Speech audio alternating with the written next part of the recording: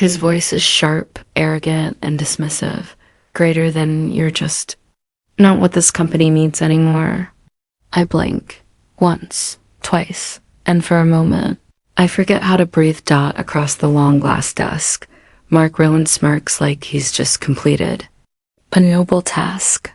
The HR manager sits beside him, awkward and silent, fiddling with her pen like it's a detonator.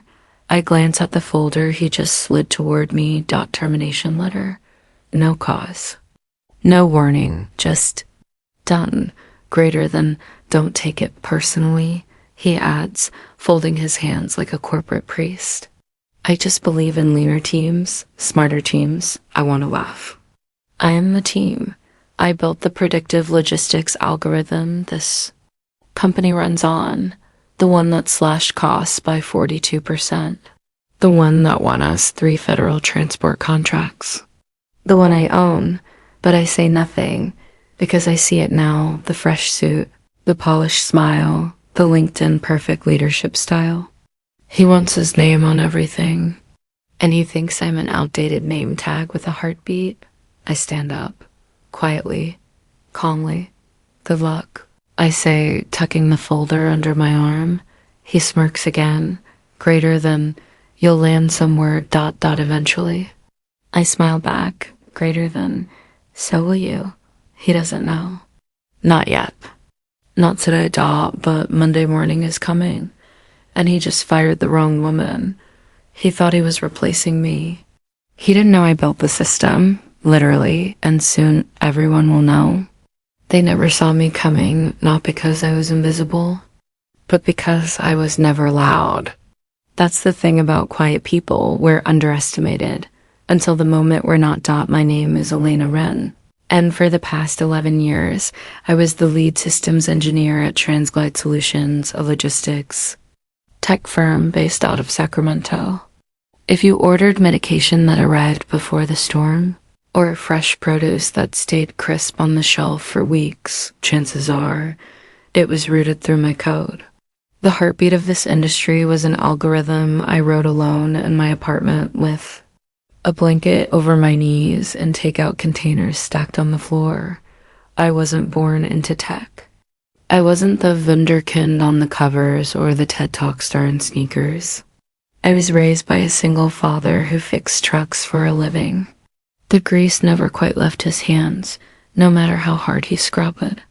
But he taught me 3 things that coded themselves into my spine, greater than 1. Never break something you don't know how to fix. Point 2. Always listen before you speak. 3. And if you're going to build something, build it like it's your name on the line.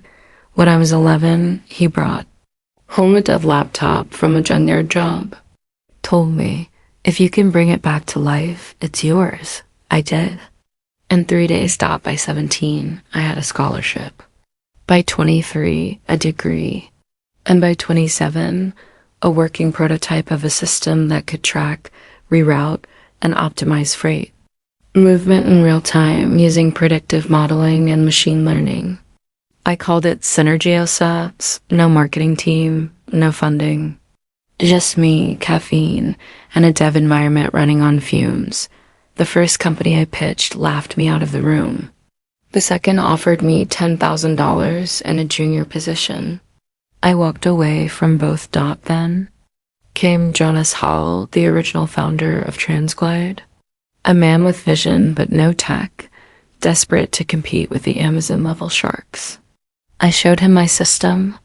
His eyes lit up like someone had handed him the Rosetta Stone of logistics. "Elena," he said, gripping my hand with both of his, "you've built the future. Let's make sure you stay at the center of it." We did. The contract was clear. My intellectual property, licensed exclusively to Transglide for 15 years, with a 4% royalty on all products using my core code. I never cared about being famous. I just wanted to build something that worked. For the first 7 years, I was treated like a cornerstone. My team respected me. My design saved millions. I was promoted to chief systems engineer. I even had my own little glass office with a view of the Sacramento River. No politics, No games, just work that mattered.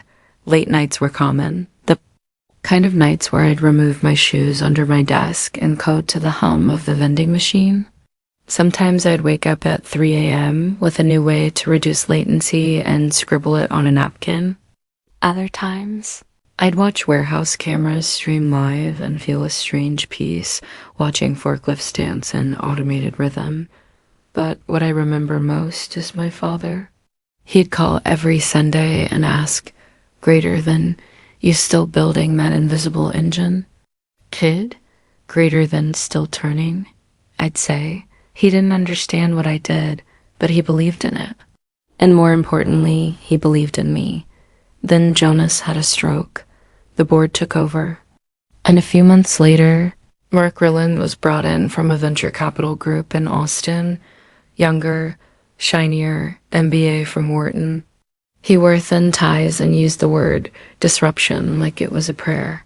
I introduced myself at his welcome breakfast, greater than Elena Wren, I said, shaking his hand. "I built the routing system this company runs on." He smiled. "Too long, too fake." "Ah, the legacy coder," he said. "We'll get you brought up to speed." That was the first crack. Small, harmless. I let it slide, but it wasn't the last dot of the time. I didn't know I was already a name on his whiteboard with a line through it. I didn't know he'd seen my silence not as focus, but as weakness. That he mistook modesty for irrelevance. That he thought you could replace the architect and still keep the house standing. I kept my head down. Kept believing that the work would speak louder than the whispers thought it wouldn't. Still, if I could go back to that quiet, code-filled office, I wouldn't change a thing. I was proud of what I'd built, of who I was. I didn't scream to be heard or stomp to be seen. I didn't need to, because what I had they couldn't take. And what I knew, they weren't ready for Dot. It started with a meeting I wasn't invited to. Every Monday at 10 a.m. We had a standing check-in, tech ops, products, strategy, all in the glass boardroom upstairs. I'd been part of it for 7 years straight. My system, Synergy OS, was the backbone of the company, and I was the one who kept it breathing. But that Monday, the invite didn't come. I double-checked my calendar. Nothing. Maybe it was a glitch dot at 10:03 a.m. I peeked into the boardroom. They were all there. Mark at the head. My seat taken. By a guy named Carter, new hire, 2 weeks in. He was young, enthusiastic, and freshly imported from another startup Mark had run. A clipboard in one hand, a nervous smile on his face. Stood there just for a second too long, and Mark caught my eye through the glass. He didn't wave. He didn't nod. He just went back to speaking. I remember walking back to my office, trying not to overthink it. It's just one meeting, I told myself. He's still figuring out team dynamics. Don't be paranoid. But it wasn't just one meeting. That week, 2 of my internal reports were stripped of my name and circulated to the product team as leadership briefs. I found out during lunch when someone complimented Mark's new direction on warehouse heat mapping. "He's really turning things around," someone said, chewing a sandwich. "Streamlined ops, simplified logic trees, kind of amazing." They were my changes, my code, my optimizations. Still, I smiled. Because the part of me that believed in patience was louder than the part of me that felt the sting dot by week 3. My team started shrinking. No layoffs, just reassignments. Nina, my best optimization analyst, was moved to R&D. Samir, my backend guy, transferred to integration support. No one told me why. No one even told me they were leaving. I found out when their chairs were empty. Mark's office had a glass wall. Every afternoon, he sat there with Carter, whispering and laughing. Sometimes they'd look over at me through the pane like I was a relic in a museum. "She's brilliant, but not exactly scalable." I overheard Carter say once, not knowing I was right behind the partition, Old school engineers just don't pivot fast. Mark didn't disagree. It got worse in small, painful ways. My email started bouncing back restricted access messages when I tried to view the new budget files. Internal dashboards I built were now labeled legacy mode. My whiteboard once, filled with ideas, sketches, problem-solving flowcharts, was wiped clean by the cleaning crew one night. Someone had told them I didn't need it anymore. The final straw came when I submitted a proposal for a new subrouting feature to handle emergency freight during natural disasters, a huge deal for our government contracts. It took me 48 hours, straight to code a working model. The document was returned unread. Not aligned with our current strategic vision, was the only comment. From Mark. 2 days later, the same concept was pitched in an internal town hall. By Carter. Same name, same flow, slight tweaks. Branded as Fleet Shield. I watched from the back of the room as they unveiled it on a PowerPoint slide. Carter beamed. Mark clapped him on the back. No one looked at me. I remember gripping the arms of my chair so tightly that my fingers went numb. Later that day, I stood in the break room, refilling my coffee, when I heard 2 junior devs whispering near the sink. She's kind of fading out, huh? Yeah. I mean, Mark's vision is next level. Maybe she's just tired. Tired. Not fired. Not forced out. Not sabotaged. Just tired. I stood there, staring at the swirling cream in my mug. They don't know. They didn't know about the code-based license that still ran in my name. They didn't know about the private clause in my contract Jonas insisted on protecting my system's origin. They didn't know that every new feature had to legally sit on a foundation I still held the rights to because I never made noise. I never advertised my power. And they mistook my quiet for absence. When I went home that night, I didn't cry. I didn't rage. I opened my old filing cabinet, pulled out the original patent envelope, and placed it on my kitchen table. Tired, I whispered to myself. No, sweetheart, I'm just warming up. Because the thing about betrayal is it only works if you don't see it coming. And I saw everything. The email came on a Friday at 6:13 p.m. Subject line, quick Monday sync, HR and leadership. That was it. No context. No warmth. Just a cold calendar link dropped into my inbox like a paperweight on glass. I stared at it for a moment, my cursor hovering over the RSVP button. I'd seen these meetings before, not for me, but for others. People who left quietly, faces pale, eyes downcast, carrying cardboard boxes with the same sad mug and dying plant. But this was different. This was me. I clicked accept, and I knew this would be my execution. Monday morning, 9:01, Amy walked into the same conference room where I'd once been cheered for reducing freight lag by 32% in under 6 months. Where Jonas once raised a glass to me after we secured our first government routing contract. Now, Mark sat at the head of the table, legs casually crossed, eyes full of what? Amusement? Pity. HR Director Louise sat beside him, lips pursed like she was holding in a cough or a scream. Good morning, Elena, Mark said, folding his hands on the table. Let's keep this quick.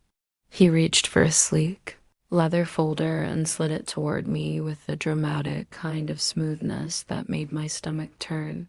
Inside, a pre-signed termination agreement, no cost stated. Just language about misalignment, restructuring, and forward momentum. As you can see, he said, this is a clean exit, no disciplinary marks.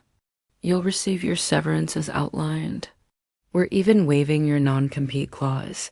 Think of it as a clean slate. He said it like he was offering me a gift. Louise chimed in softly. This decision is final, Elena. We wish you the best. The world swam a little.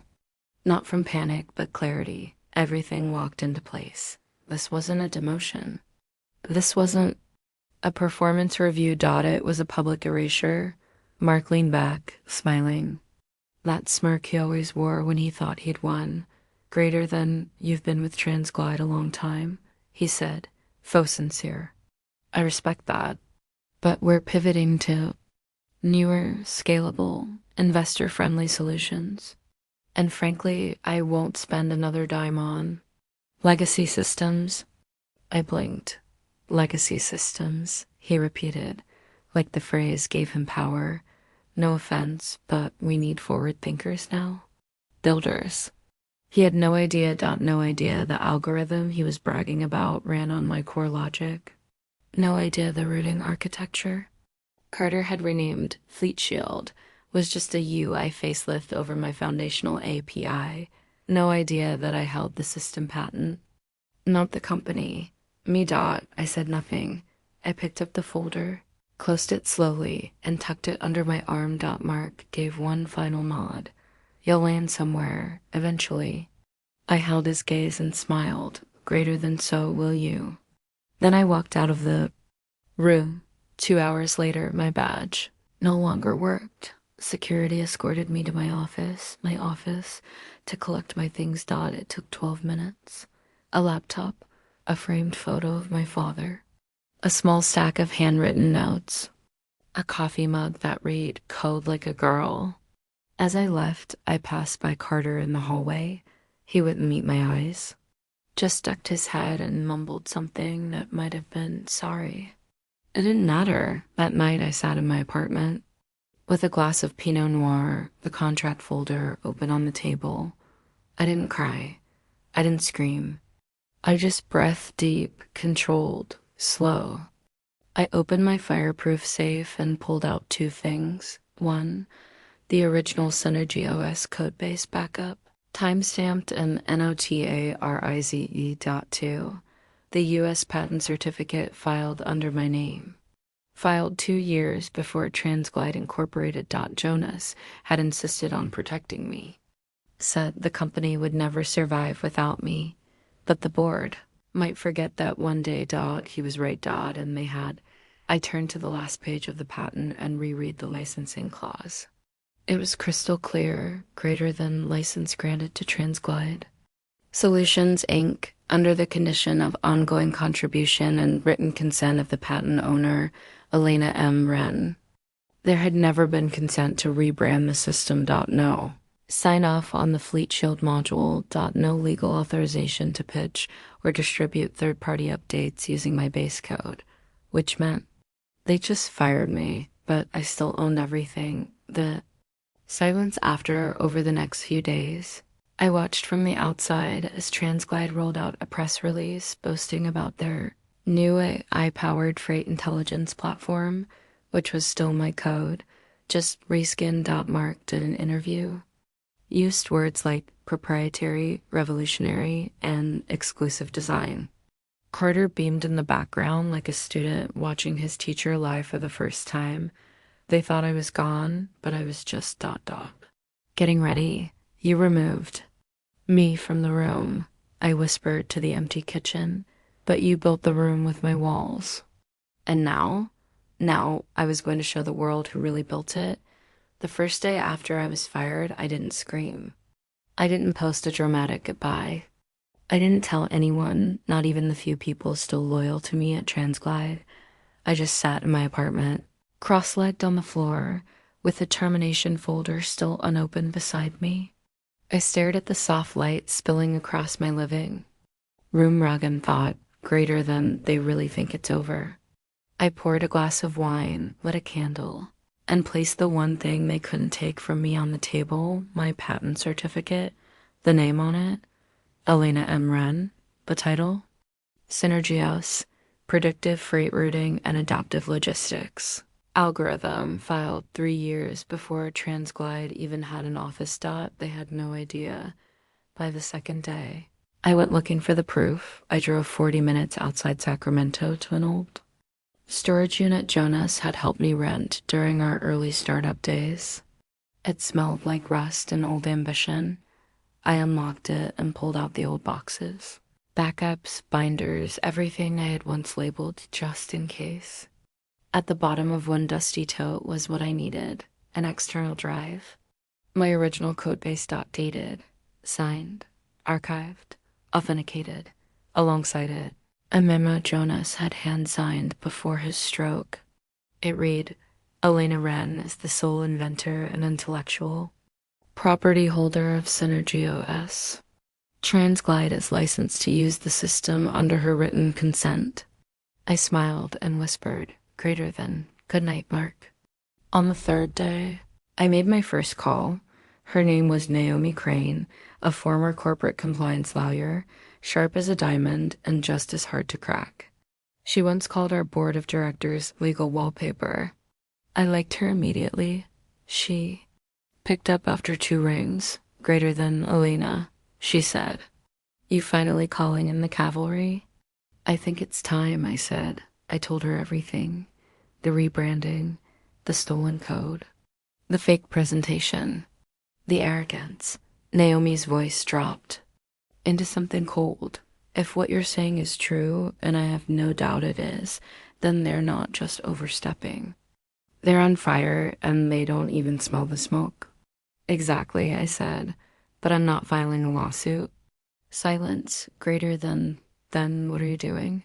I'm taking back what's mine, in public, at scale, with elegance. She exhaled one slow, proud breath, greater than you always did play the long game. By the 5th day, I started laying groundwork. I emailed Frank Delaney, a retired federal innovation officer who'd once seen me demo Synergy OS in a military grade. Logistics simulation. He always said my code ran smoother than air traffic control. He now advised the Department of Infrastructure and had close ties to the federal systems. Review conference where Transglide was planning to announce their new platform. I attached a concise dossier, my patent. My signed licensing agreement, evidence. A fleet shield running on my architecture. He responded within hours, greater than you were always the real deal. I'll get you on the conference list. You'll speak first. Let them follow your act. I sat back and whispered, greater than check. On the 6th day, I created a folder on my desktop and named it Retribution. I filled it with a draft cease and desist from Naomi just for show.side dash by dash side comparisons of my original UI and the one they renamed, a timeline of marks, modifications to the software, none of which altered the foundational structure. I rehearsed what I'd say if I had only 5 minutes to reclaim my name. No anger, no bitterness, just truth backed by ink and law. Then I practiced how to smile, not like someone seeking revenge, but like someone coming home. By the 7th day, I started watching them more closely. Mark posted a company update on LinkedIn with a group photo of his Fleet Shield launch team. He used words like visionary pivot and innovative transformation. I stared at the photo and thought, greater than it's easy to look powerful when you're standing on someone else's shoulders. I didn't comment. I didn't like or share. Just saved the screenshot. On the 10th day, I received my conference confirmation. I would be speaking first at the Federal Systems Review, in a keynote slot Mark had probably expected for himself. He'd walk into that auditorium thinking it was his stage, but it would be mine, because what they didn't understand is that silence isn't weakness. It's preparation. On the night before the conference, I sat alone at my kitchen table with a cup of black tea and the soft sound of piano music in the background. I pulled out an old Post-it from my desk, drawer faded ink from years ago. My father had written it before I left for my first tech job. If they try to bury you, remember, seeds grow underground. I placed it in my pocket. Tomorrow, I wasn't showing up to fight. I was showing up to bloom.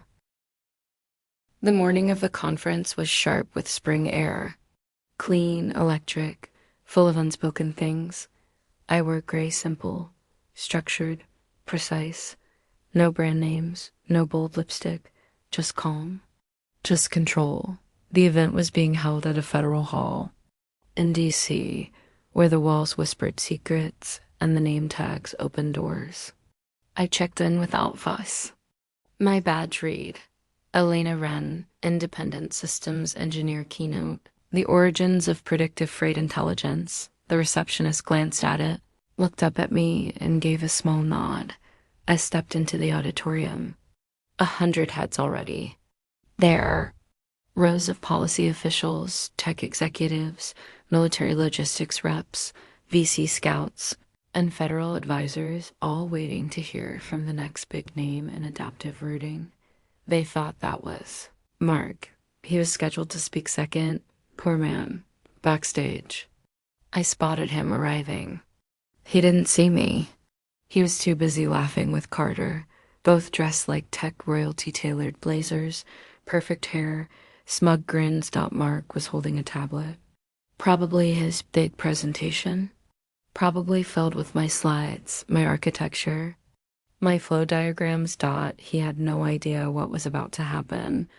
10 a.m., lights dim. My name is called, greater than, please welcome our opening keynote speaker, Elena Wren. The crowd applauded, politely curious, unsure. I stepped out onto the stage with slow, measured steps. No grand entrance. No drama. Just a woman holding a single folder, walking into her moment. I stood at the podium and looked at them, all these polished suits expecting charts and sales pitches. I gave them something else. Good morning. My name is Elena Wren. 12 years ago, I began designing a logistics algorithm in a studio apartment with nothing but cold coffee and a belief that freight could be intelligent. That algorithm became known as Synergy OS. Some heads turned, some perked up.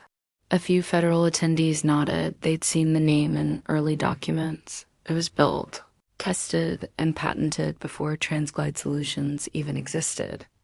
I licensed it to them under very specific conditions, continued involvement, proper attribution, and written consent for any modifications built on its foundation. Last month, I was terminated from Transglide. I paused, greater than in this month. They are preparing to publicly launch a platform called Fleet Shield, built entirely on my intellectual property, rebranded without my knowledge or approval. Dead silence, greater than, this is not a lawsuit announcement. I opened the folder and held up a single page. This is the original U.S. patent, notarized, time-stamped, and still active in my name. I clicked the remote in my hand. On screen, split comparison of Synergy OS's architecture and Fleet Shield's current interface. Their system is mine. The foundation, the routing trees, the predictive logic, it's all built on my code. I turned back to the room, greater than, and now you know. Not a word from the crowd. Not a cough. Not a shuffle. Just held breath. I closed the folder. Stepped away. From the podium. Innovation deserves a future, but it also deserves memory. Don't forget who builds the bridges you walk across. Then I walked off stage, backstage. I passed Mark as he was being ushered into the wings. He was pale. Carter looked like someone had punched the air out of him. Elena, Mark started. I raised one hand, gentle, not rude. Good luck. Up there, I said calmly. You'll need it. Then I walked past them into the hallway, down the marble stairs, and out into the sunlight. I didn't look back. That evening, my inbox exploded. Press inquiries, federal follow-ups, messages from people who had once overlooked me now asking to connect. I didn't reply. Instead, I sat on my balcony with a cup of green tea and turned my phone off. Let the silence speak for me. Within a week, Transglide issued a formal apology. They suspended the Fleet Shield launch. Mark stepped down. Carter disappeared from public platforms. And my patent, now licensed independently through Wren Intelligence, my new consultancy firm. The federal government signed a direct contract. I hired back Mima and Samir, this time with stock options, and I printed out that still frame of Mark watching me walk off stage, his mouth half open, his legacy crumbling dot. It sits in my office drawer. I never show it to anyone, but sometimes, when I need to remember who I am, I open it. Just for a second, and I smile. The morning of the conference was sharp with spring air. Clean, electric, full of unspoken things. I wore gray, simple, structured, precise. No brand names, no bold lipstick. Just calm, just control. The event was being held at a federal hall in D.C., where the walls whispered secrets and the name tags opened doors. I checked in without fuss. My badge read, Elena Wren, Independent Systems Engineer Keynote, The Origins of Predictive Freight Intelligence. The receptionist glanced at it, looked up at me, and gave a small nod. I stepped into the auditorium. 100 heads already. There, rows of policy officials, tech executives, military logistics reps, VC scouts, and federal advisors, all waiting to hear from the next big name in adaptive routing. They thought that was Mark. He was scheduled to speak second. Poor man. Backstage. I spotted him arriving. He didn't see me. He was too busy laughing with Carter, both dressed like tech royalty-tailored blazers, perfect hair, smug grins. Mark was holding a tablet. Probably his big presentation. Probably filled with my slides, my architecture, my flow diagrams. He had no idea what was about to happen. 10 a.m., lights dim. My name is called, greater than, please welcome our opening keynote speaker, Elena Wren. The crowd applauded, politely curious, unsure. I stepped out onto the stage with slow, measured steps. No grand entrance. No drama. Just a woman holding a single folder, walking into her moment. I stood at the podium and looked at them, all these polished suits expecting charts and sales pitches. I gave them something else. Good morning. My name is Elena Wren. 12 years ago, I began designing a logistics algorithm in a studio apartment with nothing but cold coffee and a belief that freight could be intelligent. That algorithm became known as Synergy OS. Some heads turned, some perked up. A few federal attendees nodded. They'd seen the name in early documents. It was built, tested, and patented before Transglide Solutions even existed. I licensed it to them under very specific conditions, continued involvement, proper attribution, and written consent for any modifications built on its foundation. Last month, I was terminated from Transglide. I paused, greater than in this month. They are preparing to publicly launch a platform called Fleet Shield, built entirely on my intellectual property, rebranded without my knowledge or approval. Dead silence, greater than, this is not a lawsuit announcement. I opened the folder and held up a single page. This is the original U.S. patent, notarized, time-stamped, and still active in my name. I clicked the remote in my hand. On screen, split comparison of Synergy OS's architecture and Fleet Shield's current interface. Their system is mine. The foundation, the routing trees, the predictive logic, it's all built on my code. I turned back to the room, greater than, and now you know. Not a word from the crowd. Not a cough. Not a shuffle. Just held breath. I closed the folder. Stepped away. From the podium. Innovation deserves a future, but it also deserves memory. Don't forget who builds the bridges you walk across. Then I walked off stage, backstage. I passed Mark as he was being ushered into the wings. He was pale. Carter looked like someone had punched the air out of him. Elena, Mark started. I raised one hand, gentle, not rude. Good luck. Up there, I said calmly. You'll need it. Then I walked past them into the hallway, down the marble stairs, and out into the sunlight. I didn't look back. That evening, my inbox exploded. Press inquiries. Federal follow-ups. Messages from people who had once overlooked me now asking to connect. I didn't reply. Instead, I sat on my balcony with a cup of green tea and turned my phone off. Let the silence speak for me. Within a week, Transglide issued a formal apology. They suspended the Fleet Shield launch. Mark stepped down.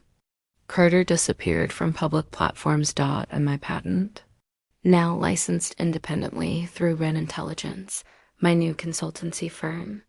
The federal government signed a direct contract. I hired back Nina and Samir, this time with stock options, and I printed out that still frame of Mark watching me walk off stage, his mouth half open, his legacy crumbling. It sits in my office drawer. I never show it to anyone, but sometimes when I need to remember who I am, I open it, just for a second, and I smile. It's strange how silence changes shape. When I first walked out of Transglide, the silence was heavy. It pressed on my chest like failure, like shame, like every hour of overtime had been for nothing. Now, but same silence feels like sunlight on water, open, clean, free. 6 months have passed. I live differently now. Mornings begin without panic. No alarms. Just the slow sound of wind through open windows and the click of my French press. I work from a small, sunlit studio in Midtown Sacramento, 2 blocks from a flower shop and 3 from the coffee place that spells my name right every time. I called my new venture Ren. Intelligence, quiet, elegant, mind out. We don't operate like the old world. No bloated org charts, no boardroom battles. Just 5 people who believe that logistics can still be human and that credit belongs to creators. Not the loudest person in the room.